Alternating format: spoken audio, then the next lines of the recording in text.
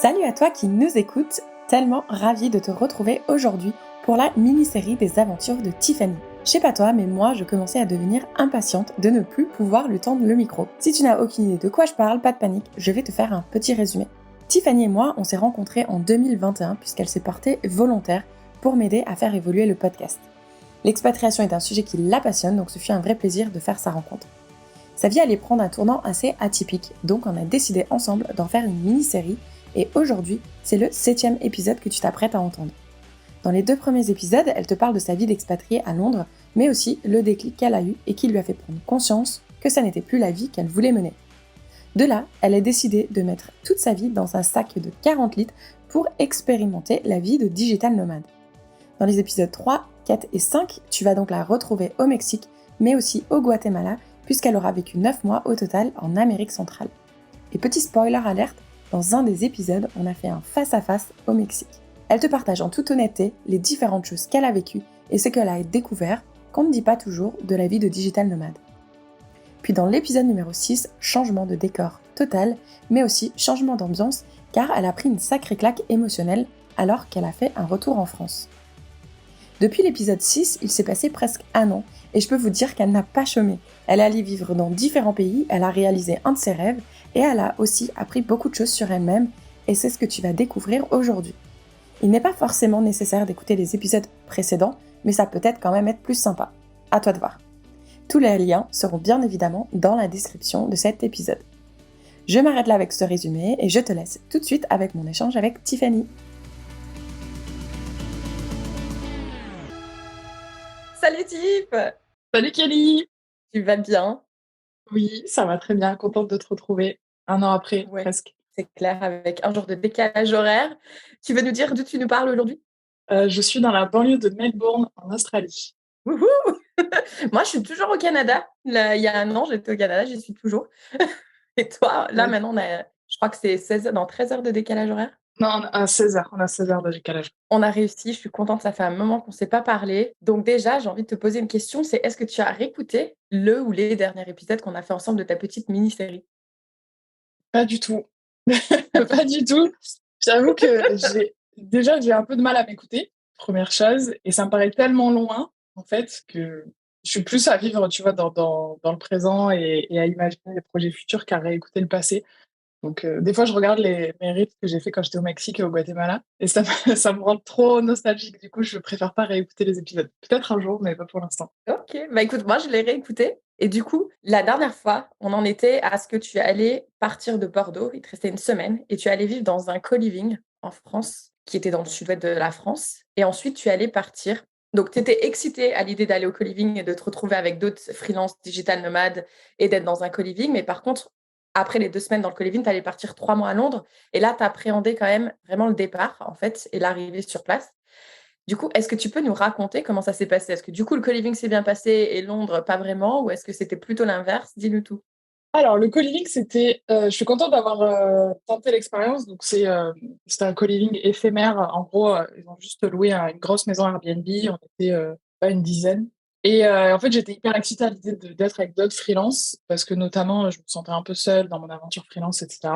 Et en fait, je ressors de l'expérience un peu déçue parce que j'étais pas sur la même longueur d'onde que les autres personnes qui étaient avec moi. Enfin, la majorité, pas tous. Il y a deux, trois personnes avec qui j'ai toujours des contacts aujourd'hui, donc c'est des bonnes rencontres. Mais globalement, en fait, ils étaient très tournés vers le surf, moi pas du tout. Donc, enfin, ça, je le savais avant le co-living, tu vois, mais je m'étais dit, bon, bah, on n'a pas la même passion, mais c'est pas grave, tu vois, on a quand même le freelancing en commun, on est tous entrepreneurs, on est tous digital nomades, ça fait quand même des gros points communs sur lesquels on devrait se retrouver. Et en fait, on n'avait pas la même vision de la vie et du freelancing. Donc ça a pas trop collé. Après, c'était sympa quand même, hein. Ils étaient très gentils et ça s'est pas mal passé, mais disons que j'ai été un peu déçue. J'aurais aimé trouver plus des gens alignés avec ma vision du freelancing. Et tu vois, moi, je suis freelance vraiment, j'adore ce que je fais. Enfin, c'est complètement une passion, tu vois, à la fois business, le marketing, etc. Et je suis tombée sur des gens qui étaient freelance plutôt pour être libres et pas vraiment par passion d'être freelance ou du marketing, etc. Tu vois. Et donc, souvent, quand on bossait pas, tu vois, et que j'abordais des sujets business, ben, on me répondait souvent, non, mais on n'est pas en train de bosser. En fait, j'ai pas une séparation entre ma vie perso et ma vie pro. Pour moi, je suis vraiment une seule personne et tout ce que je fais dans mon business, ça me passionne vraiment. Donc, c'est pas bon, bah, il est 17h, c'est terminé, j'en parle plus. Mais du coup, voilà, eux, ils étaient très, très tournés vers le surf. Donc, ça parlait beaucoup surf tout le temps, etc. Ce que je peux comprendre. Mais c'est juste pas ma came. Et du coup, il y avait un écart assez important, quoi. Mais j'ai quand même rencontré des personnes avec qui ça a fité et que j'ai revu après, d'ailleurs, en Grèce en septembre pour une personne. Et là encore, on est encore en contact et tout. Donc, c'était quand même une bonne expérience. Heureusement, ça a duré que 2 semaines parce que c'est vrai que parler de vagues et de planches, le surf, Ouais. Heureusement que ça a duré que 2 semaines, c'est clair. Et du coup, ensuite, je suis partie à Londres, hyper contente de retrouver ma ville de cœur, un peu mon premier amour puisque c'était ma première destination quand j'ai quitté la France il y a 4 ans. Et en fait, je me suis rendu compte que j'étais plus du tout alignée avec la ville. C'est-à-dire que j'ai adoré vivre à Londres pendant 2 ans. Et en fait, entre 2019, quand je me suis installée, et 2022, j'ai beaucoup, beaucoup changé. Notamment, mon voyage au Mexique et au Guatemala m'a fait prendre beaucoup de recul sur la vie, plutôt adopter un peu la slow life et une vie minimaliste, ce qui n'est pas du tout le cas de Londres, en fait. À Londres, tu as toujours un truc à faire, tu es toujours en train de courir d'un endroit à un autre, que ce soit un événement culturel, sportif, aller boire un verre avec des potes, toujours hyper occupé, ce qui est beaucoup moins ma vie aujourd'hui. Et ils sont très, très dans l'hyper-consommation, en fait. Voilà, c'est une des plus grande capitale du monde et tu ressens ça, il y a des magasins partout, tout te pousse à la consommation, etc. Et j'ai de plus en plus de mal avec ça aujourd'hui. Donc j'étais plus alignée et voilà, mais quelque part, c'était bien d'y retourner parce que j'ai pu dire au revoir à la ville et laisser cette période derrière moi, tu vois. Ce que j'avais pas pu faire parce que j'étais partie en plein Covid, confinement et tout, et c'était triste quand je suis partie. Donc là, j'ai pu refaire un tour dans mes endroits préférés une dernière fois et c'était cool. Bon, après, ça veut pas dire que j'y retournerai plus jamais aussi, mais plus de la même oui, façon, quoi. ouais et puis, c'était peut-être pas là aujourd'hui le bon moment, mais peut-être que voilà, comme tu dis plus tard, why not? À voir. Mais du coup là, enfin parce que ça a duré quand même 3 mois, est-ce que c'était pas trop long 3 mois? Alors, je suis restée 2 mois. Moi, j'ai fait juin-juillet. C'était un peu long, effectivement, sur la fin.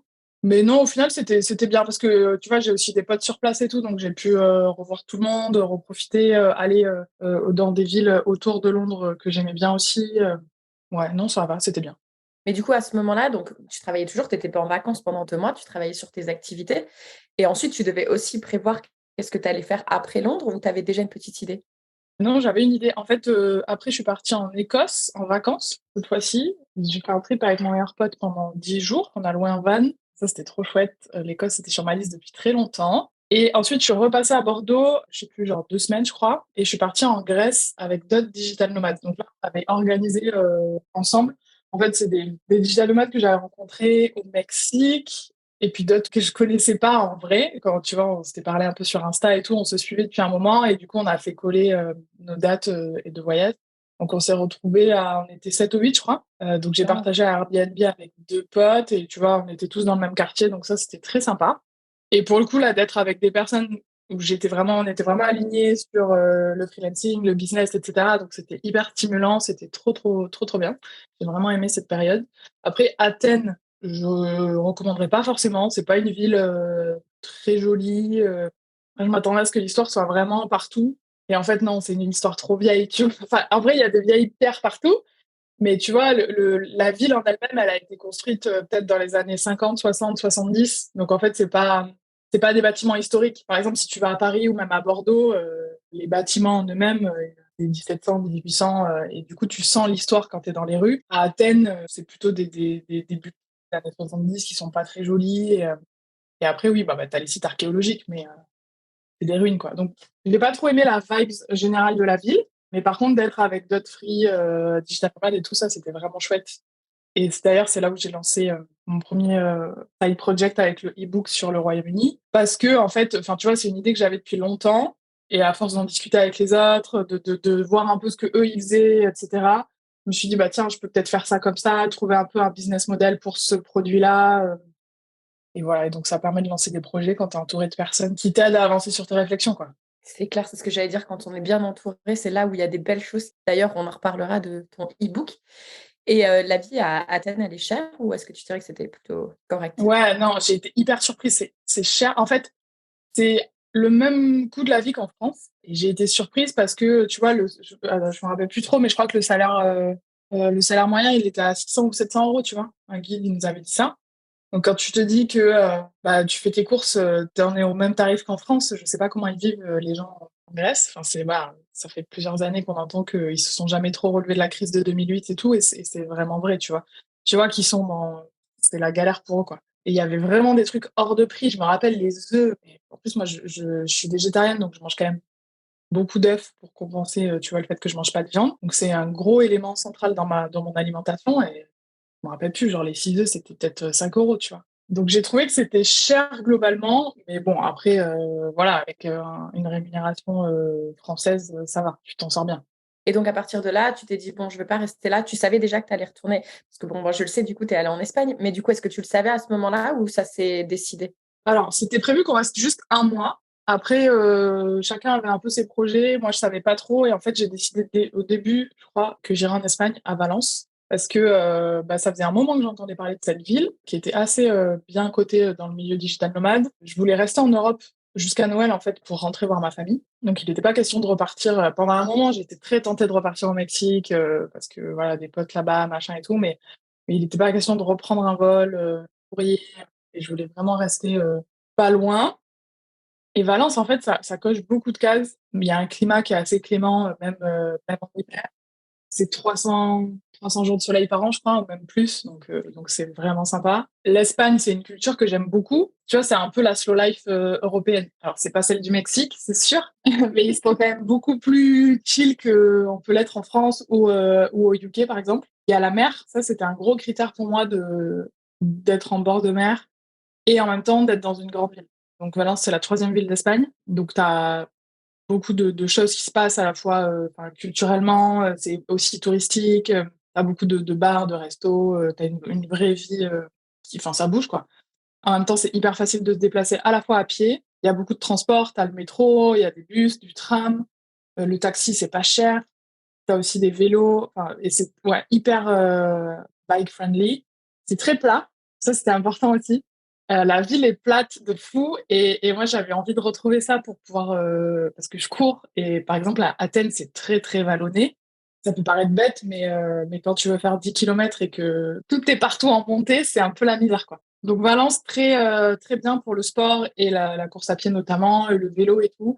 Et en même temps tu as les montagnes pas loin aussi. Je sais pas, genre une demi-heure, on a été faire une rando un jour. Tu as vraiment un bon équilibre de beaucoup de choses qui, moi, rentrent dans mes critères de choix de lieu de vie, tu vois. En plus, bon, je sais que les stories Instagram, ça reste des stories Instagram, mais moi, en tout cas, elles me faisaient rêver tes stories.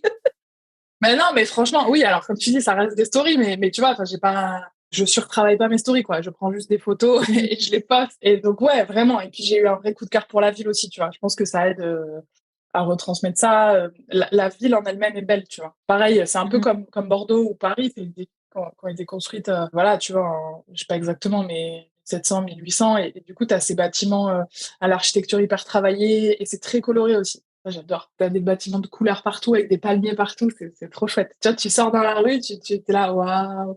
Et j'aime trop ça. Bah, non, mais ça joue hein, sur le moral parce que bon, bah, nous, on est quand même souvent derrière les écrans. Donc, quand tu sors, bah, c'est important de ce que tu as devant les yeux, en fait. Et en plus, du coup, tu arrivée toute seule ou est-ce que tu connaissais, est-ce qu'il y avait des gens qui allaient te suivre? Alors, je suis arrivée toute seule, mais j'étais dans un co-living du coup. Ah oui, ça, c'était un point important aussi. Je voulais me réinstaller dans une ville où il y avait un co-living parce que j'avais pas envie de. Enfin, tu vois, c'est dur quand t'es tout seul dans une ville, Airbnb, bah, t'es tout seul, quoi. Donc, ça demande vraiment beaucoup d'efforts pour rencontrer des gens. Et à l'inverse, l'auberge de jeunesse, quand t'es digital nomade et que tu travailles, tu rencontres pas des gens qui fit ton mindset et souvent, c'est des gens plus jeunes, des gens qui bougent tous les jours et tout, donc ça marche pas non plus. Donc le co-living, c'était important. Donc je suis arrivée toute seule et je crois 2 semaines après, Marilou m'a rejoint. Donc Marilou, c'est une pote que j'ai rencontrée au Mexique. On s'est recroisés plusieurs fois au Mexique, ensuite à Bordeaux et elle est venue en Grèce avec moi. Ensuite, il y a encore un autre pote qui était en Grèce avec nous qui nous a rejoint quelques semaines après. Et encore un autre. Donc au final, je pense qu'au mois de novembre, on était 4 ou 5 du groupe d'Athènes. Et après, en plus de ça, j'ai rencontré des gens qui étaient au co-living et tout, quoi. Et aussi, j'ai une amie qui vit sur place, qui est expatriée depuis 4 ans. Donc au final, en fait, j'avais déjà un peu un espèce de mini noyau sur place. Et en fait, j'ai rencontré des gens, et il y a une grosse communauté d'expatriés, digital nomades et expatriés vraiment à Valence. En fait, je m'attendais pas à avoir autant d'internationaux. J'ai rencontré beaucoup de gens, tu vois, qui sont venus à la base pour faire un stage ou qui sont venus en vacances et qui ont eu un méga coup de cœur ou tu vois, un Erasmus et des gens qui sont toujours là, en fait. Je pense qu'il y a vraiment ça et c'est une ville qui est en train de monter en Europe pour avoir toujours des contacts sur place. Les gens, ils me disent que c'est compliqué de plus en plus compliqué, en tout cas, de trouver un appart, etc. Donc, je pense que ça va être victime de son succès bientôt. Bon, on va pas trop en parler alors, mais bon, ça a l'air de cocher pas mal de cases. Et donc là, tu es resté combien de temps en tout? 3 mois. Donc là, je pense que tu étais dans un super mood, super mindset, mais tu étais en train de préparer un rêve que tu voulais vivre depuis pas mal de temps. J'en parle d'ailleurs dans l'intro. Et tu en as brièvement parlé dans l'épisode numéro 6, qui était du coup d'aller vivre une expatriation en Australie avant que tu ne puisses plus faire le PVT. Ouais. Bon, en vrai, j'ai encore quelques années parce que c'est jusqu'à 35 ans et j'ai 32, donc j'aurais pu attendre. Mais en fait, l'Australie, c'était l'objectif en fin 2020. Quand je suis partie à Londres en 2019, vraiment, mon idée, c'était de rester 1 an et ensuite de partir en Australie. Bon, il y a eu Covid, comme tout le monde sait.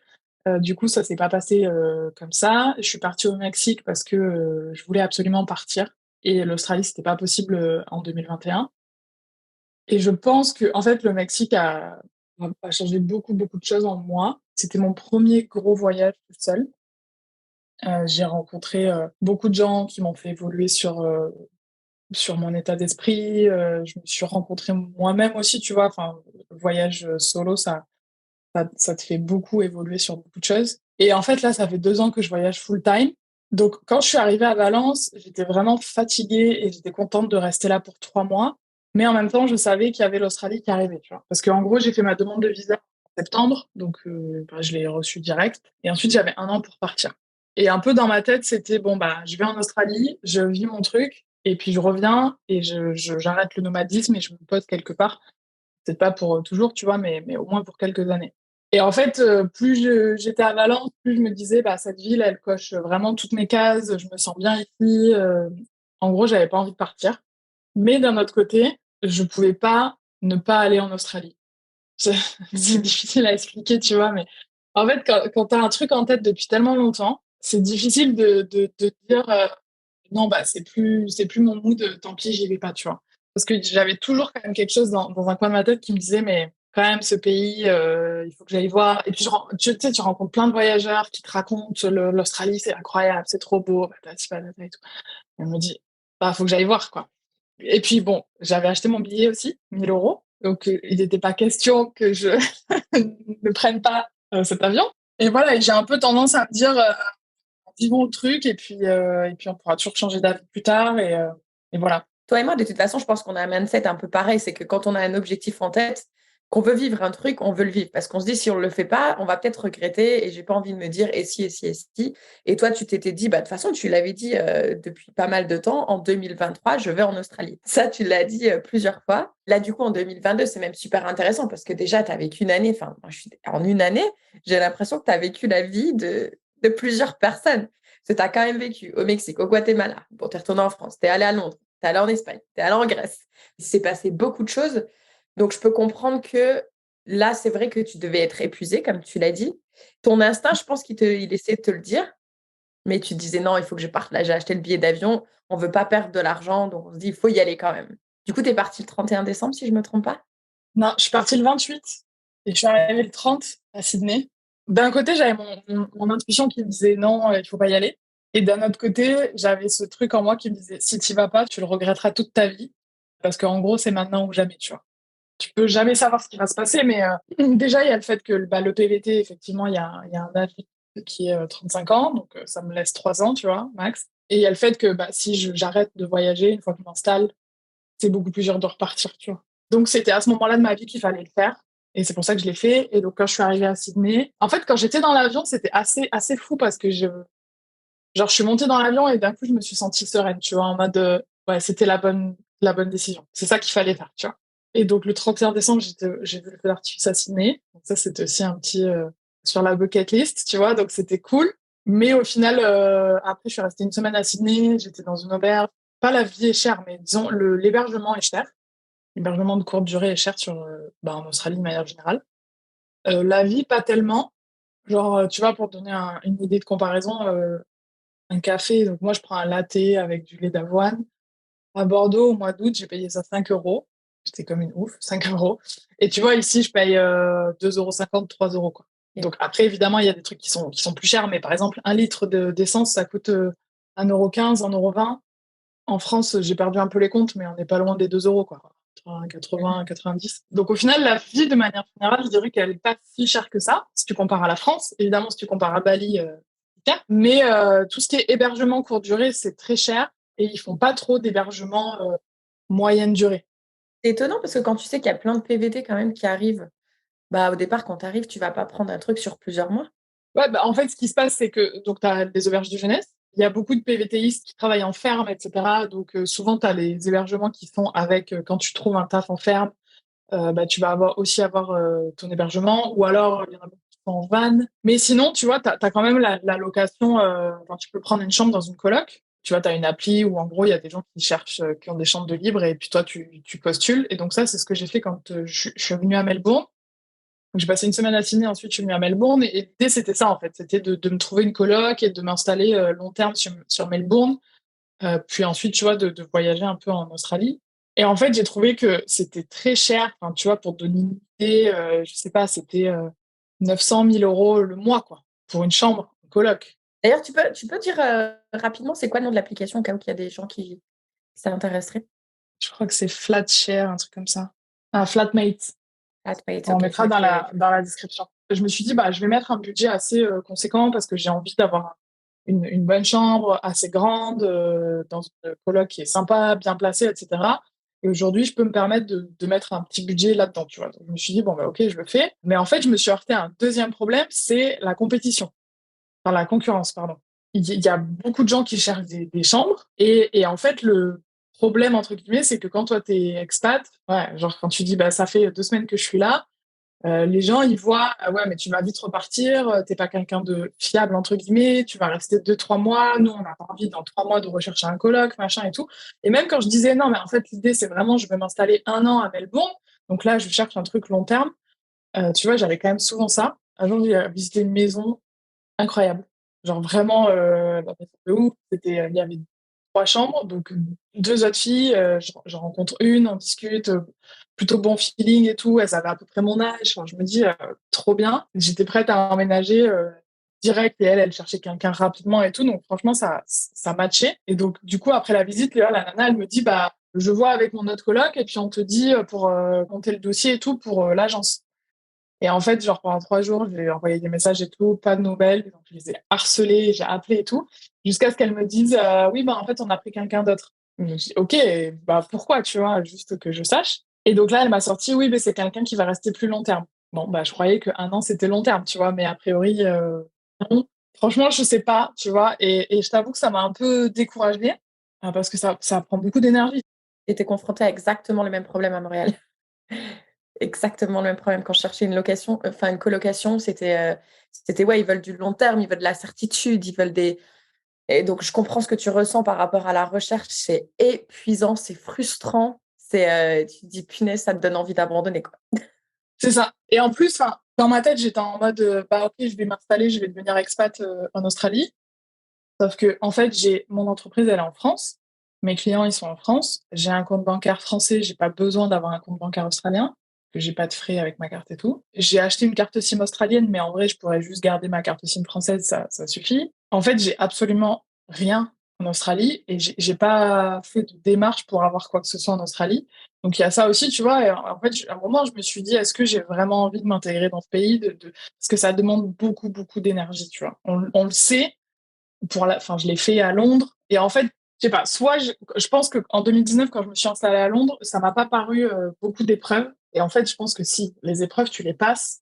C'est juste que quand c'est ta première expatriation, que tu es hyper excité, que tu es dans un mindset hyper positif et que tu te dis, bah, c'est vraiment une super aventure que je suis en train de commencer, les épreuves, elles passent mieux, tu vois, tu les supportes mieux. Et là, en fait, je me suis vite retrouvée dans un mindset où j'étais là, mais pourquoi je fais ça, en fait? Pourquoi je galère chercher des apparts, à devoir expliquer toute ma vie aux gens, à devoir justifier de ceci, de cela et tout. Et donc, tu vois, j'ai un peu mis dans la balance, est-ce que vraiment j'ai envie de mettre toute cette énergie pour repartir encore dans 1 an, rencontrer des gens que je sais que bah, je les verrai plus dans 1 an? Et bah, en fait, la réponse a été non. Après, toi, en 2019, quand tu pensais venir en Australie, déjà, tu n'étais pas freelance à ce moment-là. Donc, quand tu pensais venir en Australie, est-ce que tu pensais travailler dans une ferme? Est-ce que tu pensais voyager? Ou est-ce que tu pensais t'installer à Melbourne déjà? Ou ça a juste changé par rapport à ton activité? Ouais, non, ça c'est un bon point. En fait, exactement. Dans ma tête, quand j'imaginais l'Australie, c'était vraiment, tu vois, en mode backpacker, comme beaucoup de gens le font. Parce qu'il y a ça aussi, tu vois, j'ai commencé à travailler, j'avais 17 ans, en même temps que mes études. Et en fait, j'ai travaillé toute ma vie, tu vois. J'ai été 2 mois au chômage. Et donc, j'ai jamais pris de pause. Et j'avais un peu toujours, dans un coin de ma tête, ce rêve, tu vois, de faire 1 an de voyage full-time, alors avec des périodes de travail pour rentrer un peu d'argent, tu vois, mais en gros, vraiment le truc en mode backpacker à fond, où tu fais le tour de l'Australie et puis tu t'arrêtes de temps en temps pour bosser dans des fermes. Et je voulais le faire comme ça, puisque l'objectif, c'était vraiment de mettre mon activité de freelance entre parenthèses pendant 1 an. Sauf que l'année dernière, ce qui s'est passé, c'est que à la base, je me suis lancée en tant que rédactrice pour faire un peu d'argent, pour soutenir mon mode de vie. Et en fait, j'ai fait plus qu'un peu d'argent. J'ai vraiment développé une activité qui est pérenne et rentable et surtout que j'adore. C'est surtout ça le truc, en fait. C'est que j'adore ce que je fais. Et donc, quand, en fin d'année dernière, plus l'échéance arrivait, plus je me disais, je vais bientôt arrêter et tout. En fait, ça me faisait mal au cœur, tu vois, de me dire, je vais arrêter ce que je fais tellement j'adore. Donc, j'ai décidé de continuer. Et en me disant, quand j'étais au Mexique, j'arrivais à travailler avec 7 heures de décalage horaire. Je vois pas pourquoi ce serait différent en Australie, quoi. Et donc, à partir du moment où je décide de continuer mon activité, forcément, je vais pas chercher un taf en Australie. Donc déjà, tu vois, tu te coupes un peu de beaucoup de choses quand tu travailles pas dans le pays. Forcément, des rencontres, etc. Et ensuite, il y a le fait que je pense que toute la vie, c'est une question de timing. Et pendant 2 ans, j'ai mis le voyage au premier plan dans ma vie. C'était vraiment mon envie et j'ai adoré ces 2 ans. Et en fait, là, j'arrive dans un moment où j'ai envie de mettre le business au premier plan dans ma vie, tu vois. J'ai commencé à développer une activité qui marche bien, à faire un peu des contacts, etc. Il y a des projets, il y a des gens qui me sollicitent aussi pour qu'on lance des projets ensemble, etc. Et le fait d'être en Australie, déjà, tu as 10 heures de décalage horaire. Donc, même si c'est faisable de travailler avec la France, ça reste quand même un frein. Et en gros, en fait, ce qui se passe, tu vois, là, ça fait 2 mois que je suis là. Et en fait, je suis dans un Airbnb et globalement, je travaille et c'est tout, quoi. Donc, en fait, je me dis, pourquoi être en Australie pour ça? Il n'y a pas trop d'intérêt. Autant que je sois plutôt en Europe, entourée de gens avec qui je travaille, avec qui je partage, tu vois, c'est un peu cette passion business, etc. Et tu vois, ça va peut-être durer qu'un temps dans ma vie, mais c'est OK, quoi. Et je pense que c'est ça le problème, entre guillemets, de pourquoi finalement l'Australie, c'est pas mon kiff. C'est juste que c'est plus le bon moment, quoi. Plus du tout aligné avec ça. Oui, et puis en plus, tu me disais dans les coulisses que du coup, en Australie, ou même en termes architecture, histoire, etc., toi, tu n'arrives pas à trouver aussi des choses qui te plaisent. Ouais, il y a ça. Alors, je vais prendre un peu avec des pincettes parce que je veux vexer personne et je veux pas être en mode celle qui juge, tu vois. Mais en fait, il y a plusieurs points là-dedans. Déjà, le premier, je pense, c'est que quand tu voyages full-time pendant 2 ans, malheureusement, c'est une réalité, il y a une fatigue du voyage qui s'installe. C'est-à-dire que, tu vois, j'ai vu des choses tellement ouf que pour être émerveillé, il faut encore que ce soit plus ouf. Et du coup, tu rentres un peu dans cette dynamique de toujours chercher plus. Et ça aussi, ça me dérange parce que, tu vois, tout à l'heure, je te parlais d'hyperconsommation. Même si là, c'est pas forcément acheter, c'est toujours aller chercher l'expérience de ouf qui va te faire vibrer encore plus, etc. Et je trouve que c'est un peu triste. Donc, j'en sois arrivée là. Des fois, je suis dans des endroits et je me dis, ouais, c'est pas ouf. Alors que sûrement, je serais venue là il y a 3 4 ans, j'aurais trouvé ça incroyable. Tu sais, ça me rappelle la fille de Slovénie quand on avait été au Mexique, on avait été voir la cascade, il fallait monter quelques marches. Et je Oui, lui dis, exactement. viens. Et elle m'avait dit, non, mais moi, c'est bon, des cascades, j'en ai vu plein, c'est bon, j'ai pas besoin de monter les 10 dernières marches pour aller la voir. Et moi, j'étais outrée, mais attends, on vient de se taper combien d'heures de bus là? Et là, il te reste 10 marches. Et tu me dis que tu as bien cette cascade dans ta vie. Mais waouh! Voilà, et tu vois, c'est exactement ça. Et en fait, quand on était au Mexique, j'étais encore dans ce début, dans cette découverte, etc. Et tout me paraissait extraordinaire. Tu vois, quand je te parle du Mexique, quand je rencontre des gens et tout, ils me disent ah, le Mexique et tout, t'as l'impression que c'est le plus beau pays du monde quand je te le décris. Mais en fait, alors oui, oui, c'est beau, évidemment. Mais tu vois, j'ai une très bonne amie qui a vécu en Australie pendant 1 an, il y a 10 ans. Et quand elle te parle de l'Australie, c'est extraordinaire. Et en fait, je pense que il y a beaucoup d'endroits qui sont extraordinaires dans le monde, mais c'est surtout au moment de ta vie, avec ce que tu as vécu avant, ce que tu as vu avant. Quand tu arrives avec tes yeux, c'est plus ou moins extraordinaire. Et moi, le Mexique était extraordinaire parce que c'était un peu la première fois que je vivais un truc comme ça. Et là, l'Australie, c'est pas le cas. Et donc, les villes, ouais, Sydney, Melbourne, bon, bah, c'est des villes avec des buildings. Et voilà, quoi. Enfin, alors que j'adore les grandes villes. Tu vois, donc c'est ça aussi le truc. Ça ressemble beaucoup à l'Angleterre. Alors j'adore l'Angleterre, donc je devrais kiffer, tu vois. Mais en fait, à chaque fois un peu que je découvrais un truc, j'étais là, ouais, ok. Et alors, enfin, et il y a ça aussi, tu vois, d'être dans cette dynamique. Je me suis dit bon là, il y a un problème. Je sais pas, tu vois, évidemment il y a pas de culture. Tu vois, j'avais mes grands-parents au téléphone le jour, ils me disaient alors t'es dépaysé et tout. Non, je suis pas dépaysée. En fait, c'est un pays qui a 200-250 ans. Les colons, quand ils sont arrivés, ils ont détruit absolument tout ce qu'il y avait, tous les autochtones, etc. Aujourd'hui, les populations autochtones, c'est moins de 1% de la population de l'Australie. Et ils sont, entre guillemets, enfermés dans des réserves, etc. Donc, c'est très, très compliqué entre les autochtones et les, enfin, je sais pas, la population d'immigrés, si on peut dire. Mais maintenant, ça fait tellement de générations que c'est pas des gens immigrés, tu vois. Mais malgré tout, c'est ça. Donc en fait, tu as des cultures d'un peu du monde entier, beaucoup très très européennes, très anglaises évidemment, puisque c'est les Anglais qui ont construit le pays. Tu as beaucoup d'Asiatiques, parce que c'est pas loin de chez eux. Et en fait, tu vois, là, une de mes colocs actuellement, elle vient de Philippines. Et c'est des pays où c'est compliqué pour eux de trouver du travail, ils ont des niveaux de vie qui sont très très bas, donc en fait ils viennent en Australie pour s'élever un peu. C'est un peu le même principe que les pays d'Europe de l'Est qui viennent travailler soit en France, soit au UK. Donc du coup, tu as un peu des cultures du monde entier, mais t'as pas de culture propre à l'Australie. Et ensuite, bah, tu retrouves beaucoup les codes de l'Europe, quoi. Tu vas au supermarché, c'est exactement le même supermarché que tu trouverais en France. Il faut que tu sortes de ces villes, il faut que tu ailles voir de la nature, il faut que tu sortes. Bah ouais, c'est ce que je vais faire là, dans 5 jours. Donc voilà, donc en fait, effectivement, la conclusion de tout ça, je me suis dit, bon, j'ai pas du tout envie de vivre là pendant un an, en fait, parce que j'ai pas envie de faire les efforts pour m'intégrer. Finalement, que je vive dans une grande ville, que je sois en Australie ou en Europe, c'est la même chose. Donc en fait, pourquoi je suis venue en Australie? C'est pour découvrir le pays. Donc, je vais aller découvrir le pays, et puis ensuite, je vais rentrer, quoi. Donc là, je pars un mois en road trip, je pars la semaine prochaine.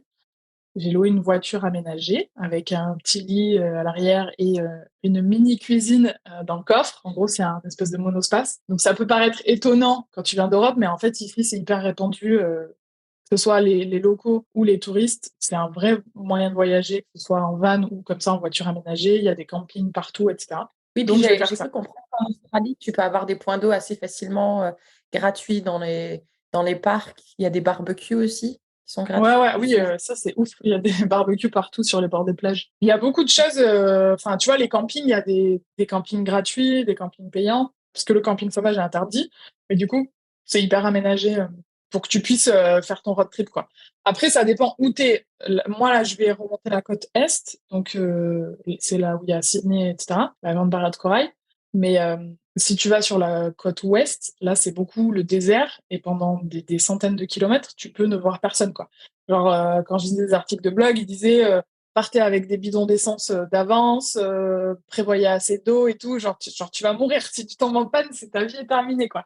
Ça me fait rire parce que ça m'est arrivé dimanche. Tu sais, j'étais en train d'aller d'une ville à ma réserve autochtone là, et il y avait environ 3 heures et demie de route, même 4 heures. Et en fait, moi, je me suis dit, ah, c'est bon, il me reste la moitié du plein, je suis bien. Moi, je me suis dit, il va y avoir une station essence entre les deux, tu vois. Et ben non! Je peux te dire, déjà, j'ai regretté d'avoir bu ma gourde d'eau parce que moi, là, il faisait quand même -20. Donc, c'est pas comme si je peux m'arrêter faire pipi sur le bord de la route. Enfin, si, je peux, mais ça fait froid. Donc ouais, je m'étais pas organisée, je m'étais pas renseignée quoi. Donc ouais, c'est bien de faire attention à Et ça. alors, t'as eu assez d'essence? J'étais sur la réserve quoi. Ok. Donc tu sais Bon, le bah voilà. stress de quand tu vois les guides Ouais. descendre là tu te dis de toute façon je peux rien faire. Après je me dis et puis je croisais pas beaucoup de monde en plus hein. Mais je me suis dit bon bah si au pire je tombe en panne, il va bien y avoir quelqu'un qui va passer et qui va m'aider. Donc j'essaie de pas trop me Euh, stresser mais ouais les ouais. distances elles sont très grandes quoi, on s'en rend pas compte. Ah ouais. Bah, en fait, ce qu'on se rend pas compte aussi, c'est que l'Australie, ça fait la taille de l'Europe. Les maps mondes qu'on nous montre quand on est à l'école, là, elles sont pas du tout à l'échelle. Parce qu'en plus, il y a aussi cette déformation on croit que l'Europe, on est au centre du monde, etc. Bon, c'est faux. Et il se trouve que l'Australie, sur le globe, elle est toute petite par rapport à la réalité, tu vois. Donc, en gros, là, je vais faire Melbourne, Cairns. Donc, bon, on peut pas montrer puisqu'on est en audio, mais les auditeurs pourront voir sur Google Maps. Ça fait 3500 kilomètres et c'est comme si tu faisais Lisbonne-Copenhague, pour donner une idée de distance. Donc, ouais. Après, c'est la côte la plus fréquentée, la plus touristique. C'est là aussi où il y a le plus de vie. Il y a beaucoup de villes. La population, elle est vraiment très concentrée sur la côte Est. C'est aussi pour ça que j'ai choisi de faire cette côte-là, tu vois, parce que je pars toute seule et que l'idée, c'est pas non plus de mourir au milieu du désert solo. Donc, Avec les enfants. voilà. Donc, donc non, ça va être cool. J'ai hâte de vivre ça. J'ai préparé un peu mon itinéraire et tout. J'ai piné mes points où je veux m'arrêter sur Google Maps. Je pense que ça va être assez dingue. J'ai prévu de voir la barrière de corail et tout. Et voilà, et c'est un peu mon dernier espoir, entre guillemets, de kiffer l'Australie, tu vois, de me dire, bon, bah, en vrai, je suis venue pour ça, tu vois. Je suis venue pour voir cette nature qu'on dit qui est exceptionnelle, etc. Et une fois que je serai arrivée en haut, fin mars, bah là, on verra ce qui se passe. Mais je pense que je rentrerai en France au printemps, quoi. Avril-mai. Du coup, là, t'as pas pris le billet retour pour l'instant. Non, mais je pense que ça va pas tarder. Parce qu'il faut pas non plus trop attendre par rapport aux tarifs, etc. Est-ce que c'est possible que tu achètes un billet où tu peux changer la date pour un prix qui est pas trop excessif, au cas où que, je sais pas moi, il t'arrive quelque chose et que finalement tu décides de rester? C'est possible, mais tu sais, ils te disent, genre, tu peux le changer sans payer. Mais pour un billet du même prix, genre, en gros, si le billet il est plus cher, il faut que tu rajoutes, quoi. Et plus tu t'approches de la date, bah, plus Ah le ouais, prix plus ça augmente. m'aide. En tout cas, moi, j'ai hâte de voir ce que ça va donner quand tu auras fini ce road trip. Et j'adore enregistrer ces petites capsules où tu parles et tu nous dis, voilà, c'est le plan, mais on verra bien ce qui se passe. Du coup, on va devoir bientôt conclure. Est-ce qu'il y a autre chose que tu voulais ajouter ou un petit message que tu voudrais passer à quelqu'un qui peut-être rêve d'aller quelque part ou peut-être est tenté, mais finalement, c'est pas le bon moment et elle se pose la question de est-ce que je devrais rester ou pas? Bah, en fait, je pense que ça va être un peu dans la lignée des épisodes d'avant, hein, même si je les ai pas réécrits, mais je pense que je suis toujours en accord avec moi-même. Si tu as envie de faire quelque chose, fais-le. Et la pire chose pour moi, c'est de rester avec et si je l'avais fait, qu'est-ce qui se serait passé, tu vois. Donc, même si là, tu vois, voilà, ça fait bientôt 2 mois que je suis en Australie et en vrai, je kiffe pas, pour être tout à fait honnête. Alors, je suis pas malheureuse non plus, hein, mais je suis trop en mode OK, et donc, qu'est-ce que je fais là, en fait? Mais pour autant, je regrette pas d'être venue.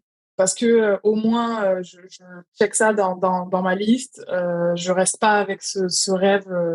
Peut-être qu'un jour, j'aurais pu, tu vois. Et malgré tout, bah, tu vois, j'ai vu des kangourous.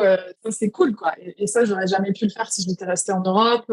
Et là, je vais voir la grande barrière de corail et c'est quand même des trucs exceptionnels. Donc, même si au final, je pensais partir 1 an et sûrement que mon expérience, ça va être 3 ou 4 mois, bah, ça sera quand même une super expérience, quoi. Et si tu as envie de partir, pars. Et rien n'est jamais définitif. Donc, c'est OK de rentrer avant et c'est pas un échec pour autant, quoi. C'est clair. En plus, moi, ce que je trouve qui est bien, c'est que du coup, maintenant que tu peux checker ça, tu enlèves ça de ton cerveau, là, tu libères de la place pour d'autres choses. Et ça, je pense que c'est très important de libérer de la place dans son cerveau. Du coup, la dernière fois, tu voulais pas me donner une citation, tu n'avais plus d'inspiration au niveau citation. T'aurais pu me le dire, j'ai pas pensé, j'en aurais préparé une. Bah, moi, j'en ai préparé une pour toi parce que je me suis dit, bon, si elle n'a pas la motivation, moi, je me suis dit que j'allais te partager la mienne, que j'ai décidé d'écrire sur mon agenda, sur la première page de mon agenda 2023 et que je me suis encore répétée hier. J'ai été inspirée par une de mes invitées, je l'ai juste un petit peu modifiée. Mais du coup, ma citation, c'est: derrière les challenges se trouvent souvent des opportunités masquées. Alors surtout, laisse la pression à la bière. Parce que moi, je me mets beaucoup la pression dès que je suis face à un challenge. J'ai les émotions qui agissent, etc. Donc, du coup, j'ai un peu modifié ça et je me la répète souvent, en fait. Là, depuis quelques semaines, je t'avoue que je me la répète. Donc, voilà, je me suis dit que j'allais te la partager si elle peut t'aider à toi aussi dans tout ce qui se passe en ce moment. Très sympa. Attends, je En suis tout en cas, train de reprendre mes notes là. J'ai une citation. Ne perds pas ton temps à avoir peur. C'est très vrai et ça conclut pas mal l'épisode, tu vois. Alors, si tu as envie de faire un truc, fais-le et passe pas ton temps à me dire non, je peux pas pour X raisons. Franchement, il faut faire des choses dans la vie. merci Tiffany, merci encore à toi d'avoir pris le temps de passer derrière le micro de Fille Expat. Si vous avez envie de rebondir sur le témoignage de Tiffany sur les précédents épisodes ou sur celui-là, ou si vous voulez juste la remercier parce que ça fait quand même 2 ans maintenant qu'on te suit, vous pouvez le faire soit sur le répondeur vocal de Fille Expat ou par commentaire sur Apple Podcast. Et si vous êtes des utilisatrices de Spotify, je vous le rappelle, une seule option, laissez 5 étoiles. Merci Tiffany. Merci, ciao. Merci beaucoup de nous avoir écoutés jusqu'au bout. Si cet épisode t'a plu et si Fille Expat te plaît, surtout n'oublie pas de nous laisser 5 étoiles sur Spotify ou Apple Podcast puisque ça aide à faire augmenter la visibilité du podcast et c'est gratuit. Merci par avance et je te retrouve très vite pour un nouvel épisode de Fille Expat. Ciao ciao!